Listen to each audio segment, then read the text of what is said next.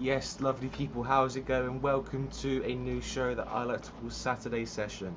Quite similar to what the boys at Coppish do called Monday Night Live Show. But basically, every Saturday I'm going to be rounding up the latest transfer news that's come out week by week for Liverpool.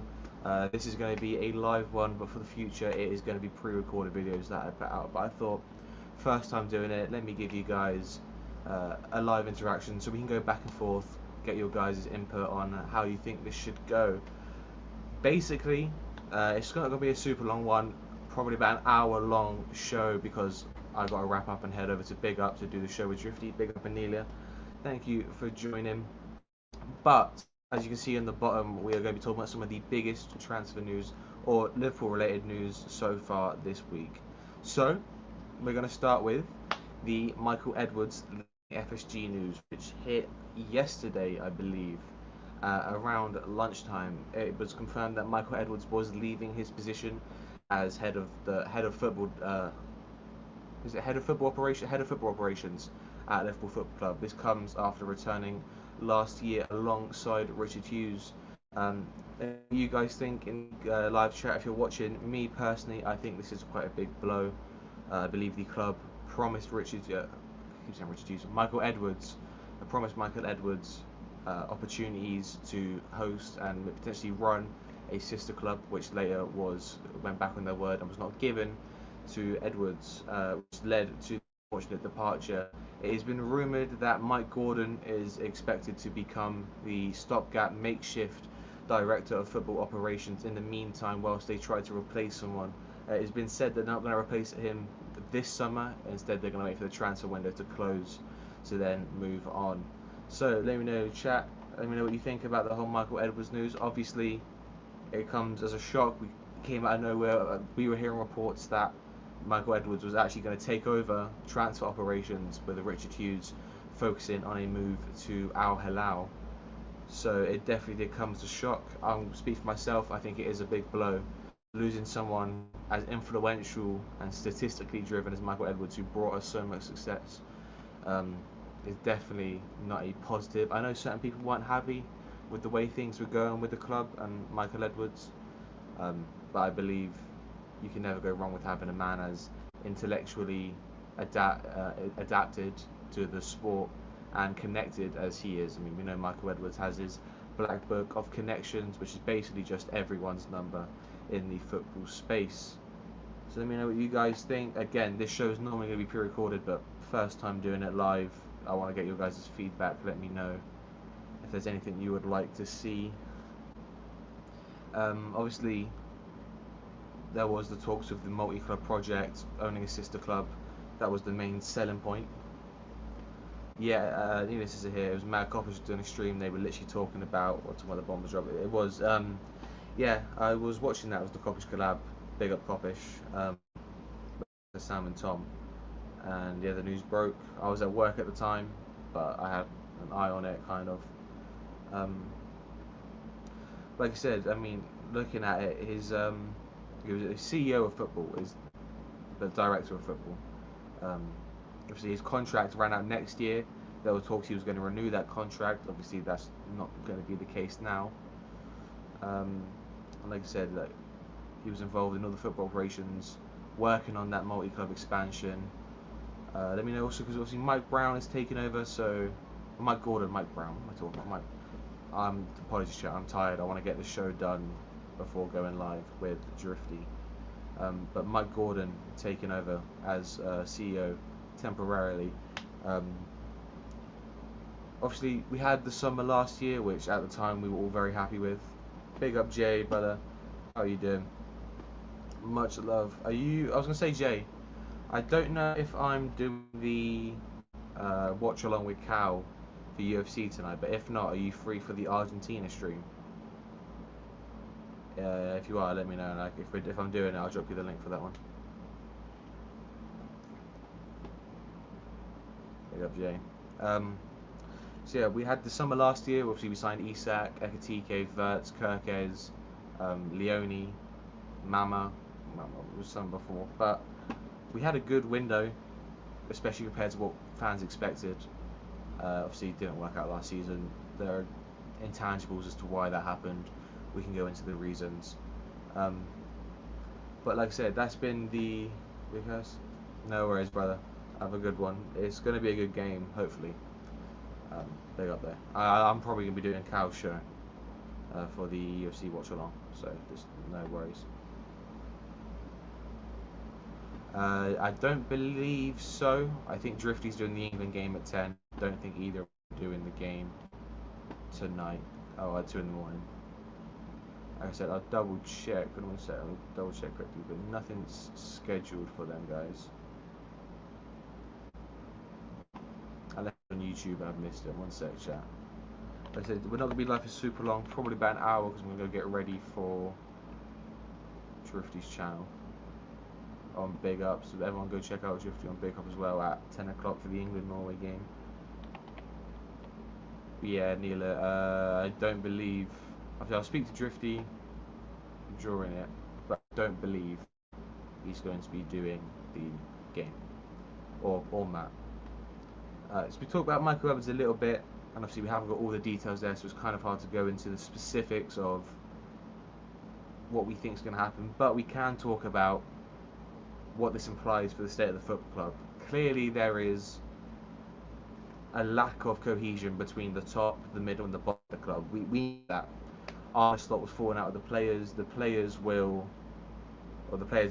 heavily turned against the manager. The club was seemingly backing the manager, seemingly making promises to people like Michael Edwards. Richard Hughes is now pretty much out the door, especially with the whole news that's come out today about him almost certainly going to Al Hilal. So it might not affect us this summer, but I think from next summer you will definitely see an increase and a lack of cohesion between the club and how it might affect us, because again, we've got to get another director of football through the door. We have to find a replacement for Michael Edwards. We still don't know how it's going to work with Iriola. We still don't know who's going to leave this summer. There's so much stuff to talk about that, pardon me, that's obviously intangible to how this whole situation is going to go. But enough about Michael Edwards. The boys have done brilliant jobs and analysis going into that, so go check out the video on Coppish Cow put out. Awesome video. I want to talk about next, though. Obviously, mentioned him a minute ago. Richard Hughes, pretty much certain he's going to Al Hilal now.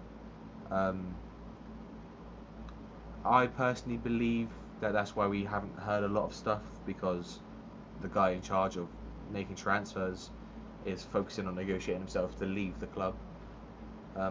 It's difficult to say for sure. We'll never know. It's hypothetical, but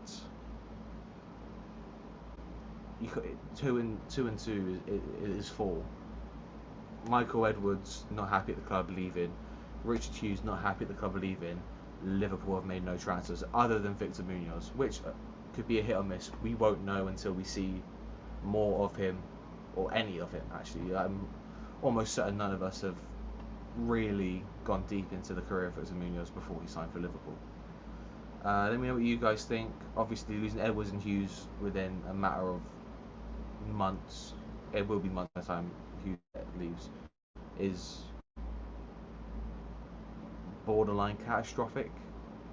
Maybe we can recover, maybe we can still have a good window or replenish enough of the squad with what we were lacking last season to challenge or at least be stable, but it is unlikely that we will see the window that we expected beforehand because of all this stuff going around the football club, which is unfortunate.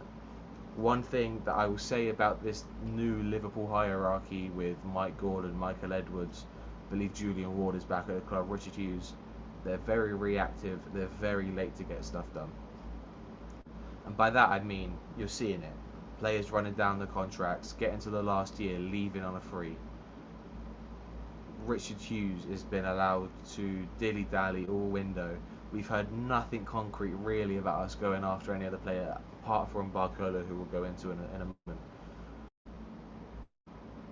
For me, we need to really have a restructure of how the club is going to work, how we are going to operate as a club with the new leadership group that come in from next season onwards, obviously once Edwards and Hughes move on, because we can't be allowing players to get into the last year of the contract.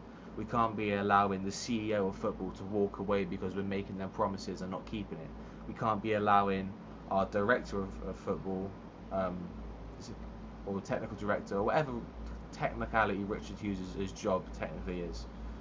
We can't be allowing them to walk out and leave to go to a lesser team in a lesser league because we haven't given him the contract he's after. He's in his last year of his contract.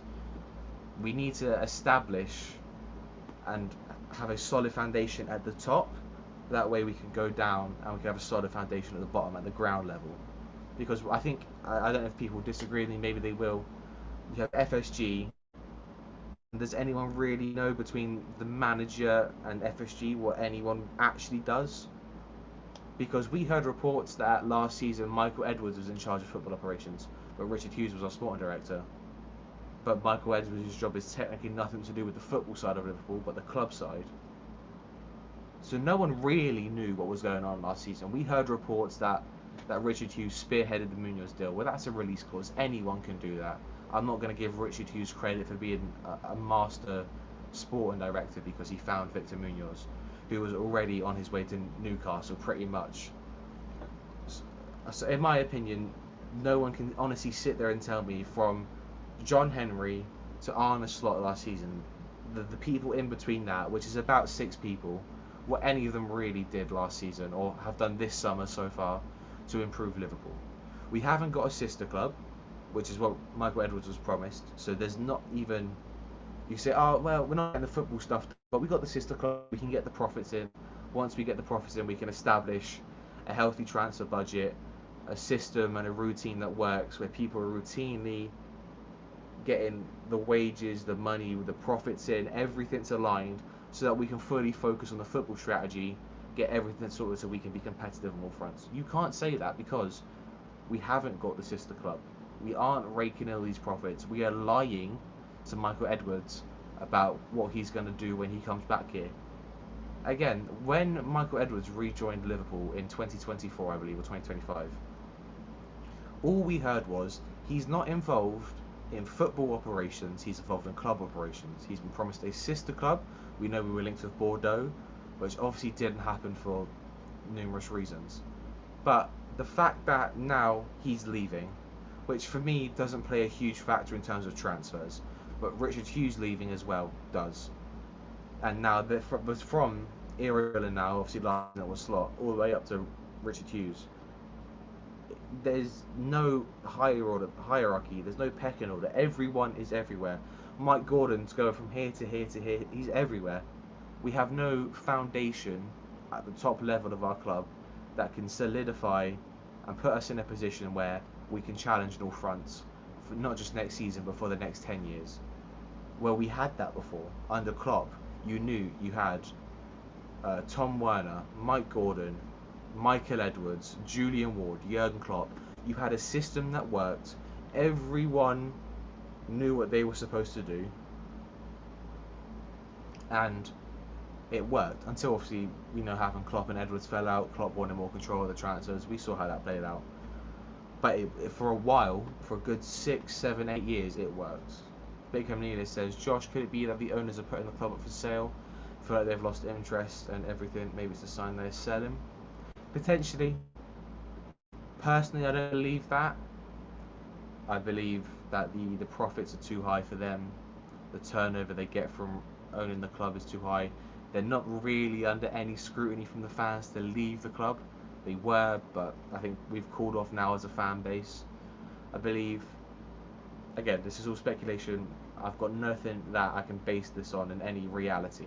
This is all speculation because we don't know the ins and outs of the club and the way that it's run and how they feel about the club. But, and again, Neil, you could be right and I could be chatting out my arse. I can't, none can say for sure. I just feel as though the profit that they make from running the club, the fact that they are under no real scrutiny, I mean, unless they don't want to have to worry about running the club, I just think maybe they have lost interest. I just don't know if they're putting up the club for sale or putting the club up for sale, but it's true. But they might have lost interest. It's definitely feeling that way because it's just everything is the easy low-hanging fruit answer they're picking. Oh, just let Michael Oates leave. Let Richard Hughes leave. We'll get someone else in. It doesn't matter. That's me personally. I don't want to dwell on all the negative stuff about Richard Hughes leaving and Edwards leaving. We're all here to talk about transfers. That's what everyone's here for. We're in the transfer window, summer transfer window. So let's talk about transfers, chat. Now, the big name on everybody's lips this week has been Bradley Barcola. It's rumoured today that his representatives are exploring a move, that he is open to a move. PSG would be open to selling him once they find a replacement. We got the Ornstein report last week that regardless of who comes in, Bradley Barcola is not for sale. Fabrizio said something different. It's looking likely, especially now with the reports, that obviously Ferran Torres, apologies, is going to PSG, which makes sense because Adeyemi has gone to Barcelona. It's looking likely that Bradley Barcola will be Liverpool's first major signing of the 2026 transfer window. Let me know what you guys think. Are you guys fans of Bradley Barcola? Would you want him at Liverpool? Would you pay the 110 million it's been rumoured that they're asking for? Obviously, we know it's been rumoured Liverpool are the club interested alongside Arsenal. Like I said, PSG are insisting he's not for sale, but we'll see. I'll come on to João Gomes in a second. It's been rumoured that they would want a fee similar to Elliot Anderson, so about 115 million. You probably wouldn't have to pay that. If I'm being honest, you probably wouldn't have to pay that. You might have to get to 100 million, but I think it's very unlikely that you're paying what you paid for Elliot Anderson, considering he's not coming from the Premier League, from a Premier League team. He's already a part of a system where he's not the most important player. You're not trying to take Mbappe out of PSG. You're not trying to take Haaland out of City. You're taking the fourth choice winger from the team that just won back-to-back Champions Leagues, who are about to sign Diamonde, even though that's gone quite stale. We can talk about that. Or Akliouche and Ferran Torres. They've got a revolving door of wingers. Obviously, talking about Diamonde, that's gone completely stale. I know Jamie's been saying it. I think it was Imran was saying it potentially. They still think we could be in for Diamonde. We could get Diamonde. I don't believe it personally. I don't think the club would go back for a player who has openly said he doesn't want to join us in favour of PSG. Obviously, if PSG do not go for Diamonde, there is a chance we go back in for him. I think it's more likely that he stays for one more year at Leipzig and then gets the move next summer. But we'll see. Obviously, the reliability in terms of the reports we're hearing about Barcola, you've got Fabrizio, is obviously one of the most reliable journalists. Ornstein, who has got the reputation of being a reliable journalist, but hasn't really, especially when it comes to Liverpool, been super consistent lately. In terms of the player, obviously, Barcola is an elite talent, an elite player. What he can offer to the team, it literally will just depend on if PSG are actually willing to sell, if Liverpool are willing to spend what they might ask for, and obviously if the player would want to leave. So that's Bradley Barcola. Let's talk about the name that no one wants us to talk about. Jamie mentioned him 2 days ago on the morning, or the LSE Focus show, sorry, on Kopish. Yankuba Minteh. The name brings me pain. I'll be totally honest with you, chat. I don't want to see Minteh anywhere near my football club at any stage, unless he really does develop into the guy, which I don't think he will. Obviously, it's been identified that he's one of the targets for Liverpool this window, that Brighton would be willing to sell him, considering the fact that they have very good young wingers coming up and through. Said apparently the reports are we're preparing a bid in excess of 60 million. I wouldn't touch him for 20 million, let alone 60. If we're paying any upwards of 60 million, we are getting fleeced differently by Brighton.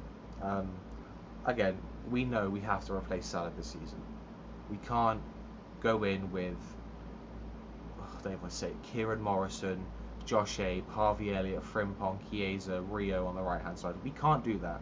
We will be in a same situation or similar situation, apologies, to where we were last season. We might actually be worse because last year we had great players and an awful manager. For me, that's just as important as having awful players, which the player, not all of them, but bad players out of position and a good manager. For me, there's not much difference there. You're pretty much negating. There was no point then in bringing Iraola in if you aren't going to bring the players in he wants to challenge. If that makes sense, chat. Leo Joshua will hear something next week. That Pierce article was very promising when he said this window is completed. That's a matter of execution of deals. Fair. I don't ever trust James Pierce personally. I think he's like one of the only journalists who has this big reputation that never breaks any news ever. Like the news he does break is wrong more often than not. I've got no faith in anything James Pierce will ever say. That's just me personally. I know some people rate him as a credible source. For me, I'd rather go to fucking Indy Kyler than James Pierce at this stage of his journalism career. But yeah, obviously, let me know what you guys think. I assume most of us are on the same page about Minteh. We don't want to sign him. I hope no one wants to sign him. I know Jamie says he's got the pace, he's got the power. He's not going to bring him in to be a technical one-on-one creative winger, but to occupy the spaces, to run in behind the fullbacks, create space. For me, there's plenty of other players who do that who are going to be much cheaper than Minteh. One of them being Diego Moreira, who anyone who's watched any of the videos I've made or been on knows that's the guy I want us to sign for the right wing. Diego Moreira for me is the truth. He's a superstar talent in the making. He's big up. Anila says Ibrahim Mbaye might be the player to look at from PSG. Again, he's 18, very young, very inexperienced. I mean, you talk about Diamonde and Ryan. Ibrahim's just as experienced as them. Like, we've got barely nothing to go on. Did have a good World Cup. Haven't seen loads of him at PSG, if I'm being totally honest, because he hasn't played loads. And from what I saw him in the World Cup, I mean, he's got good feet, I guess, from what I saw, but missed sitter after sitter in that Belgium game. And obviously, I'm not going to hold one game against him. I just don't know enough about him to form an opinion on whether we should sign him or not. I'm not going to sit here and act like I know loads about the guy. I'm never going to pretend or talk about players I don't know a whole lot about. Two other names that we've been linked with, which is Said Almada of FC Köln and Matheus Fernandes Pardo of, I believe, Lyon. Let me double check that shit. I could be wrong. I think he played. One sec. I should have done my research actually. This is El Streamer. Leo, sorry, not Leon. Leo. We've been linked with both of them. Obviously, Matheus Fernandes Pardo. I'm just going to call him Pardo because long ass name. He's 21, plays for Lille, predominantly a left winger. Obviously, Belgium, not awful last year, but nothing that really is going to blow anyone away. 13 GA and I believe 30 league games for Lille last season. Said Almada, however, is definitely a name I would be looking at. Apologies if you can hear the dog barking. That's not my dog. Fucking shitty neighbour's dog. Shut the thing up. I love dogs, chat. I'm not a dog hater. I've got a dog, but that is still yappy fucker. Apologies. Let me get back on track. Almada is the name I would love us to sign. I think 18 or 19 years old, 13 goals in the Bundesliga last year. I think 5 assists. Like I said, very young. Again, predominantly left winger. But if you sell Gakpo, there is a space that opens up there, and you can have him and Rio coming through at the same time. Big up Yards. Big up, brother. Hope you're doing well. But let me know what you guys think. If you guys watched much of Almada or Fernandes Pardo, let me know what you guys think about them. Let me see what's going on. In my opinion, we get Barcola because the timeline suits it, waiting for Watt and Barcola to finish the World Cup. Fair, I hear it. Anita says, what about Hassan? No harm taken the risk. Obviously, it was reported, I believe, yesterday or this morning that Hassan has a 12 million release clause, I believe, and Liverpool were lining up to trigger it. I do not want to follow the World Cup hype. We saw in 2022. Apologies, I'm about to sneeze. Hold it in. Unahi, the Moroccan midfielder. He looked like a world beater. Everyone was talking about him. But he then went to, I believe, it was Angers in France, and did nothing for 4 years until now, obviously, where he's had a good World Cup again. I think there's always going to be certain players who suit cup competition, Gakpo being one of them, Hassan being another one, in my opinion. Watching him, seeing the highlights of him, because I've gone and done my research on him after the game. Um, Again, 37 games last season, 0 goals, 3 assists at 24 years old. So he's probably not going to get much better than he is now. For me, that's not a player I would look to bring into the club, even if it's only 12 million. But I understand he had a very good game against Egypt. Egypt lost all confidence when he came off. Obviously, Barcola threw a 2-0 lead. We can go into the ins and outs of why we think that happened. Even says Josh Lucas, our stream follower. Yeah, yards. Big up, man. Pardo was so basic, and again, he's a left winger. Why are we still bringing left? I think yards, if Barcola doesn't sign, we do have to look at getting another left winger, especially because I think Gakpo's going to leave this summer, personally. But we'll see what happens. The winger talk is dry at the moment, guys. Let's talk about the actual news that we've had that has some legs to it, which is João Gomes. Big company mentioned him earlier. It was reported earlier in the window that he was going to. What's that? Big up Tristan says, how much longer is Rodrigo out for? I believe he's going to miss the start of the season. I believe October, November time is his rumoured comeback, but I could be wrong. Yeah, talking about João Gomes, obviously it was believed earlier in the window he was pretty much nailed on he was going to Atletico Madrid, which has obviously now not come to fruition. And it's been rumoured, I believe yesterday and today, we've heard some more reports that Manchester United and Liverpool are going to go in for the Brazilian midfielder. I love João Gomes. I have a friend who is a Wolverhampton fan who will die by João Gomes because he is a very, very, very good player. Regardless of what anyone thinks about him potentially not being a super offensively charged midfielder, in terms of he's not going to get you loads of goals and assists, but he is a very aggressive ball runner, very high intensity, like pressing midfielder, great defensively, physically strong and imposing. Obviously played in the Premier League. We're talking about players like Mamadou Sangara and Lamine Camara who have no Premier League experience. We always talk about these young up and coming midfielders who then get their move or have a good season in Lens or wherever they play for, and they then go, you see them go to a Crystal Palace or a Fulham. No disrespect to their teams, obviously they're amazing teams in their own right, but they then struggle, don't do well, and end up leaving the Premier League in a couple of years.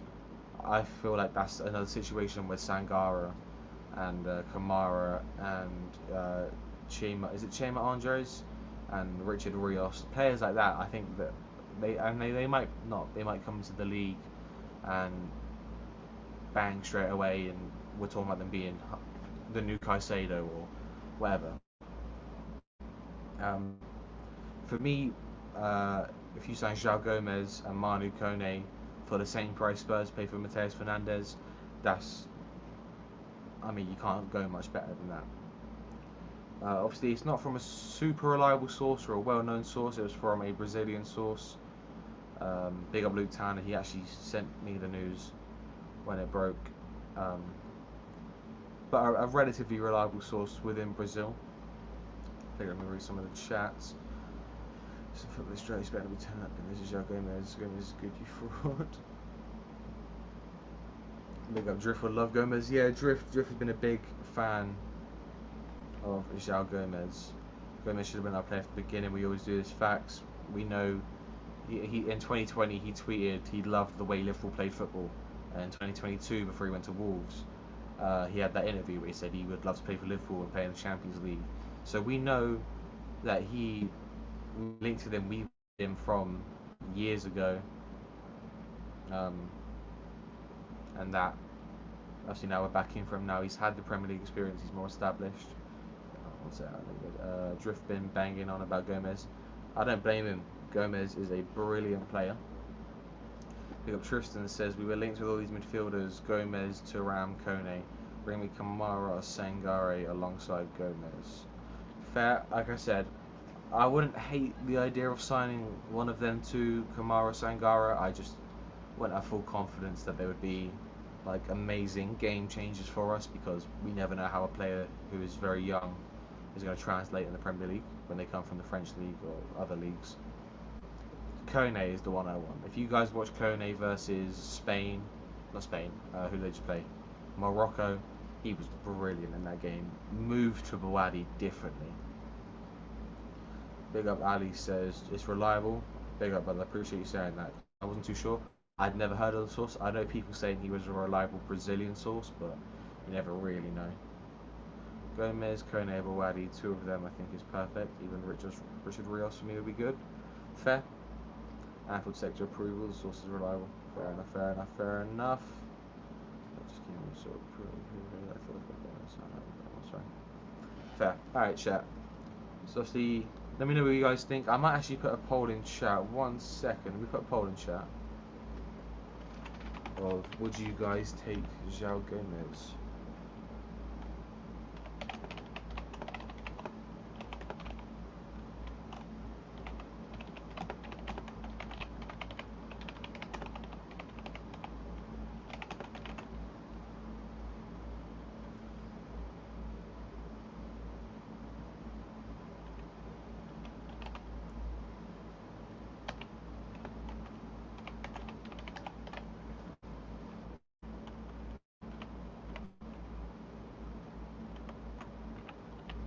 Alright, chat. Started a poll in the chat. So everyone let me know what you think. Let's get our answers in for the poll. See, I'll give it a couple minutes and then we will go through, see what's going on. Okay, but type 1 for yes, type 2 for no. Should really put it in the YouTube chat and not on StreamYard, but I'm still new to this. Whilst that's going on, we'll move on to a player who we did on the morning show with, or the LT Focus show, sorry, with Cal and Jamie that I was on. We've been linked to Gilberto Moro, who is the 17-year-old attacking midfielder from Tijuana. Very good, promising young player. I believe 8 or 9 GA in 20 odd games as a 17-year-old is very good. He's had a good World Cup for Mexico, obviously, unfortunately getting knocked out to England. But very good young player, very promising young player. I don't believe they would be asking for too much money. I think the rumour was less than 20 million. But I think if you're bringing him in, maybe send him out on loan for a year, keep him, let him develop under a Verts or whoever. Definitely could be a promising young player for the future. Can also play off the left wing. Can play off the wing, but isn't super preferable. Again, another young player we've been linked with, and it seems like now we are the only positive that I would say, go back to the start of the stream when we were talking about the hierarchy, is they are establishing a very, very good foundation of youth players. They are signing a lot of youth players, which you saw with what was his name? It was Dara Jakaimi. I don't want to butcher his name. The Scottish centre back. I want to say, is it Jakaimi? Dara. I'm just going to call him Dara. Dara, the Scottish centre back we signed from Celtic, 16 years old. So we are definitely starting to see more of an establishment of building the foundation of youth from the bottom, which is good. We're always going to be happy to have, like I said, when I was talking about the secure foundations within the club, having a good youth is one of the best ways to protect your future. Even if you buy them for cheap, less than $1 million or a couple million, and you sell them on in a couple of years for a profit, that's good. That's a reliable model that can work. Big up Tristan says, good young player, but we can't keep buying for the future. We need to win now. This is the easiest era in the Premier League for Liverpool to dominate. Fair, I hear it. It's a good shout. I think we can't not buy for the future though. There has to be a balance. You can't just buy the 17-year-olds without buying 25, 27-year-old players who can help us win. If that makes sense, I'm sure you would agree with that, Tristan. You have to have a balance of both. You can't go too extreme one way. Big up, big up. Big up Yard says Romy Mora. We really try to fill our academy with top prospects, exactly, which I'm all for. Not at the expense of signing good win now players, because you still need them. Next up, not a whole lot about Gilberto Mora, obviously won't speak about it for too long. Liverpool have been linked today, actually. I don't know if anyone in chat has seen it. Obviously, in January, Guehi went to Man City. Last day, we tried to sign Geertruida. Today, the links have re-emerged for Geertruida. Apparently, Leipzig would want 25 million. Arsenal are also interested in the player as well. So we will see how that goes. I personally would take him for he's an improvement over Gomes at this stage in Gomez's career. Able to play the exact same positions Gomes can, right back, centre back, left back. So he is the exact player and profile that Joe Gomes is, but to a higher level. Big up Shankly, brother. Hope you're doing well. This is big up Josh in chat. Big up Tristan says, I see where you're coming from. We're trying to do what City do. Exactly. But obviously, I get where you're coming from. We can't just sign the kids. But chat, let me know. Would you guys be happy with Geertruida? Would you guys take him at Liverpool? Or do you think we've kind of moved past him at this stage now? We kind of should have left it back in January and not revisited him. For me personally, like I said, I don't mind it. I would take him at the stage of where we are now. Maybe that's desperation just for a player. But I do think he's a good player. Played very well for Sunderland last season. But let me know what you guys think in chat. I'm going to poll. 100% said yes. That's what we like to see. So we would be happy with Gilberto. Not Gilberto. We would be happy with who was talking about? João Gomes. That's what it was. We would all be happy with João Gomes. Tristan says no. I prefer Williams from Forest, homegrown as well. Fair. I don't think we would re-sign Nico Williams personally, but we might. We never know. Big Up Yard says we will always buy promising talent as well as what we need now. It's nothing to worry about. The only thing to worry about is if it's the director will sign the right player for now. I hear it, Yards. I hear it. We had a couple of years though, Yards, where we weren't signing good young players. From like 2021 to 24, that's 3 years where was there like an actual established good young player we signed who has made his way into the team now? I'm trying to think. I can't think of anyone off the top of my head. We didn't sign Curtis Jones. We didn't sign Quanta. Yeah, no one in the team now who we bought has come up through the academy and is now an established member of the Liverpool team. Obviously, other than Rio, but I'm saying from probably about 2019, maybe 2020 to now or last year. I mean, you train Trainioni, but again, he's not really broken through into the first 11 or first squad yet. Sorry. All right. So obviously, Geertruida was mentioned. And speaking of right backs, big up John Conway. Appreciate that, brother. Absolute legend of the space. The man, the myth, the legend. So big up, brother. Thank you. Much love. Big up. Thank you for joining us on this one. Again, chat, this is a new format Saturday session. I think that's the name I'm going to come up with. But I put a community post up on my channel looking for name recommendations for this show. So let me know if you guys have any recommendations for a name that you would want me to use. Got a couple in consideration. I chose Saturday session because I thought it sounded alright. But basically just Monday Night Live show where I'm going to go over transfers and news about Liverpool. But speaking about Geertruida, moving on to like the right back situation. I think if you asked people to write a short list of players before the window started, Dumfries has gone to Real Madrid, Palestra has gone to Chelsea, Coyote's just signed a new contract, Pedro Porro signed a new contract with Tottenham, Mingueza have moved to Crystal Palace, and Nottingham Forest have just put a bid in for Guevara Reed, or is it Guevara Reed? I believe I'm saying that correct. So that's 6 right backs, good right backs who Liverpool could have looked to have signed at the start of the window, who are now not unavailable.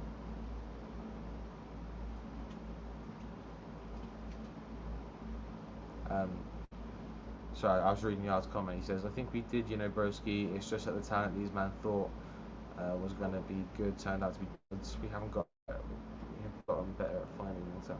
Yeah, Yards, what I'm saying is we obviously signed young players, but in terms of the quality of the young player that we signed has gone. We didn't sign anyone who was super talented or had the potential of some of the players we are signing now, if that makes sense. Big up Eve says, I want Munoz, but he had a bad reputation last time we played at Anfield. True. Anita says, hijack the Forest still. True. I would personally as well. Guevara Reed is a great player. But who knows? We might not. There might be a name. We might stick with Bradley, Gomes, and Frimpong going into next season. I really hope not. I really hope not. I wanted Coyote, but now I look at the market, what's really available. Exactly. I mean, there's a certain Scouser in Madrid who's probably not going to start next season now. I wouldn't personally. I'll bring him back, rap, but some people might. It's right backs are dark. Guevara Reed, Yards. They put a bid in for Guevara Reed. But yeah, like I said, he would be someone I would look to sign. I mean, we've been linked with Koundé in the past couple of days, which I would stay away from. Other than that, chat, I mean, who else is really available? Gusto's been linked, but that's 75 million that we wouldn't spend on a right back. Unless there's a young player out on the market that you guys can think of that maybe isn't ready now, but give them a season, they might be. Big up Ali says, Josh, Mike Gordon was the one that pulled the plug on Slot, not Edwards and Hughes. I didn't know that, Ali. Big up for pointing out. That is something I didn't know. Overruled both of them. So they both would have kept Slot at the club. Damn. Maybe then it's a good thing they aren't here next season, or they're leaving, if they would have kept Slot around. Potentially. Who knows? Again, chat, any names you guys can think of for a right back? Koundé's overrated. I agree. Anila Yard says, what? Hell no. Why are we not going for him? That's what I'm saying. Yard's good player. I would go for him. Big up Ali says, why Gordon is taking football operations into his own hands. Like I said, if he was the one who overruled them on the Slot sacking, then I'm here for it. Big up, chat. Before we go, one more topic I want to talk about is it's been rumoured that Curtis Jones and Cody Gakpo would be leaving in the summer. So let's talk about that quickly. Spend about 15 minutes talking about that. Get out of there about an hour, go get ready, and then head over to Big Up to do the England watch along with Drew. So Big Up. We'll start with Cody Gakpo. Obviously, Tottenham have come out this week. Tottenham have made Gakpo a priority signing. But apparently Liverpool are playing hardball. They don't want to sell, but they would be willing to for the right price. Like I said, Liverpool haven't indicated anything to Spurs that they're willing to sell. You'd assume, as it stands, Gakpo's a part of the squad's plans or the club's plans for next year. But again, all comes down really to Spurs, how much they'd be willing to spend. You'd think it's going to be over 60 million. It's definitely not going to be less than 60. You're probably looking closer to 70 million to try and get a deal done. And obviously, I think Liverpool would want to have a replacement lined up before we sold him. Not do what we did with Diaz, where we sold him and thought, oh, we'll get a replacement in, and then we didn't.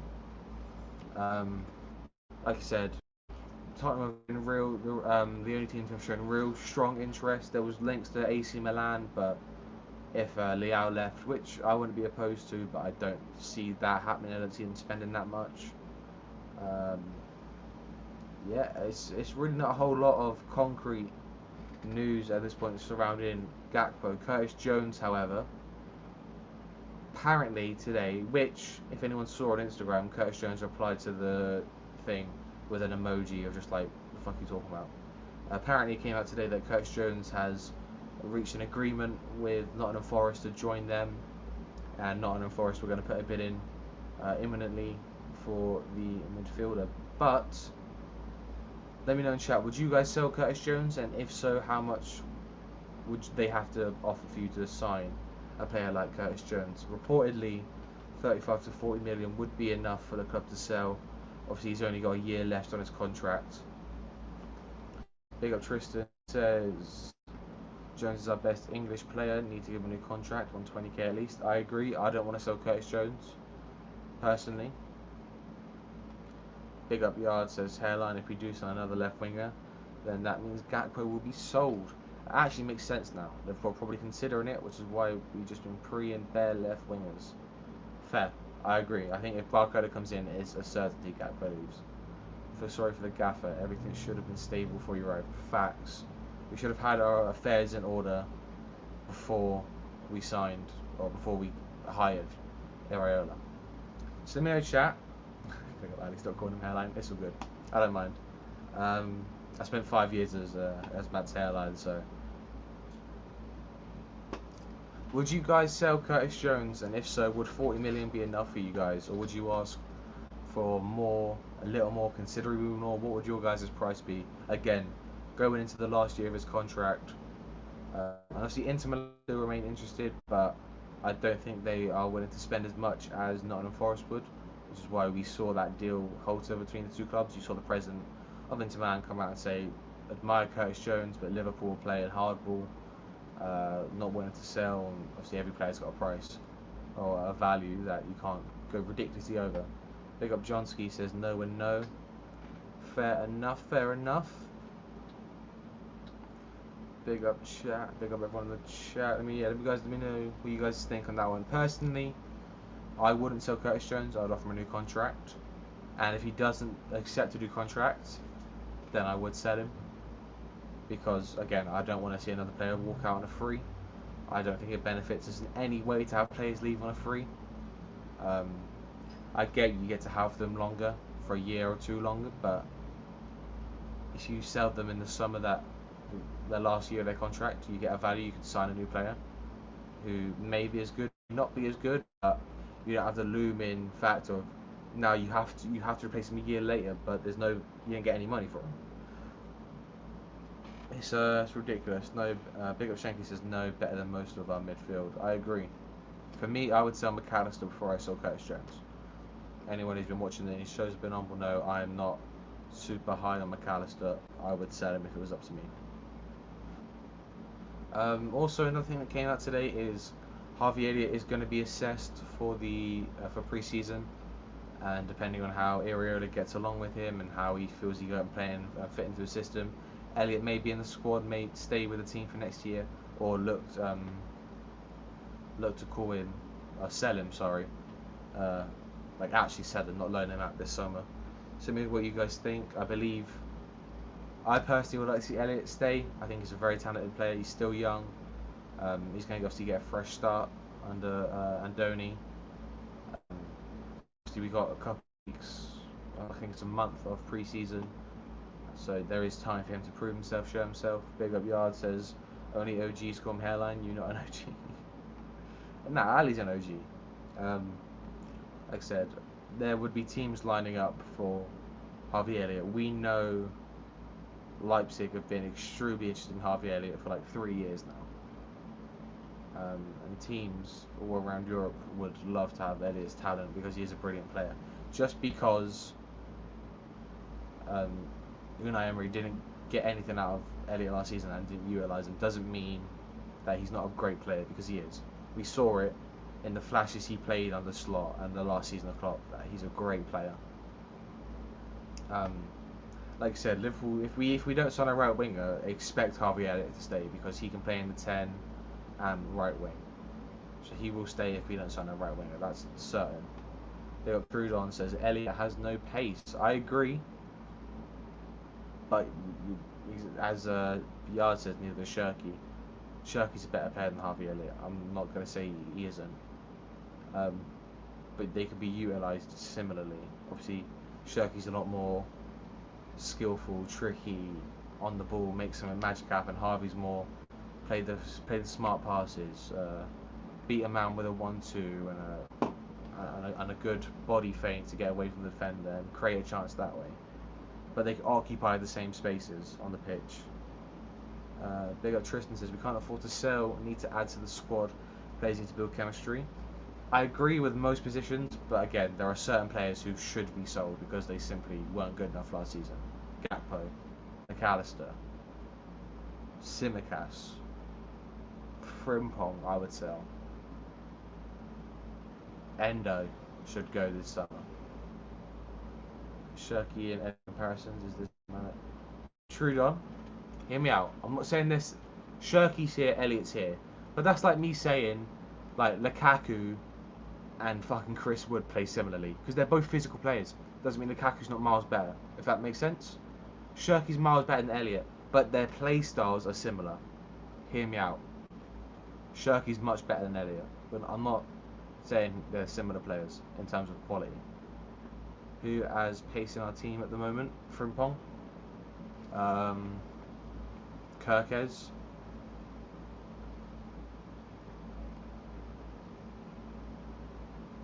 can't even really say Chiesa because his legs are gone. Xhaka, I guess, if you're saying that. Rio. There's really not a whole lot of pace in our team. I'm not saying Gakpo. Big up Trudon says Chris Wood over Lukaku. Alright, you lost the plot. It's not about being better, it's about how you use your ability. I was just using Cherky as an example. Most of the times Elliott has played for us, he's been fine. Man here will name Cherky and think, I mean they're the same. Like, yeah, big up. Trudon, I like Elliott, but it's time to move him on. I hear it, like I said. Every player's got a shelf life at a club. Maybe Elliott's expired past his. Personally, again, I wouldn't sell him because I think he still adds a lot of quality. Maybe I'm holding on to Elliott like Cal holds on to Bajcetic. Pick up Cal, but Bajcetic should leave this summer. But for me, Elliott is... I'd keep Elliott over Chiesa. I would keep Elliott over Frimpong, especially as a right wing option. I'd keep Elliott over McAllister. Or... I don't know. It's tough. Like you said, we need squad options because we were thin last season. We were playing most of our starters in the Carabao Cup games or the FA Cup games, or the ones we were playing were replaced by kids like the 16, 17-year-olds. We need players who are good, strong options off the bench who you can play in the cup games who aren't kids. Elliott is one of them players. I'm not saying Elliott should be starting week in, week out, but as a squad player, 100% adds value. Yards, Cal is Bajcetic. Yeah, Cal loves Stefan, man, which I hear it. Endo sell, bring João Gomes as Endo replacement, sell Gakpo, bring me Barcola, sell Maka and bring Sangara, sell Frimpong and bring me Williams. I agree with sell Frimpong if you can get a right back. For me, I wouldn't take Nico Williams. Not a bad player, but just I think we've moved, like I said, we've moved past him. Bring Sangara, he wouldn't be my first choice. I would take Kone over Sangara, if I'm being honest, but not a bad player. So, what's this? I think under Iriola, it'll be different. I think it's better to give players a chance to squad players in it, but yeah. Fair, no, I hear that. I hear that, chat. And with that being said, chat, that is a wrap. My first solo stream that's not a watch-along. It has been a quick hour. This has flown by. Big up Yard says, Helen, how do you feel about Kaishu Sana? Isn't there some allegations going about him right now? I'm not too sure. I don't know too much about him as a player. I've just heard there's some weird allegations going on, so I'm not going to go into that. But yeah, big up everyone. This has been the first iteration of Saturday's session, which is going to be every Saturday. So look forward to seeing more of me. Love to everyone who's been in the stream today. Big up Yards, big up Tristan, big up Trudon, big up Anila, big up Ali. Who else has been here? Big up Shankly. Big up Eve. I want to make sure I don't miss anyone. I don't think I have. Big up Jay, who was here at the start as well. Yeah, big up everyone. Yeah, see you on Big Up on Drifty's channel, and if any of you are into UFC, I'll see you on Sanderson 2 in the morning. So look forward to that. It's been a lovely stream. Appreciate you all so much for being here. Much love to you all. I'll see you in about 20 minutes on Big Up on Drifty's channel for the England game. So have a lovely stream. Have another night, guys. I'll see you. Good luck to if you're supporting England or if you're supporting Norway. Good luck to you. Have a lovely night, guys. Peace.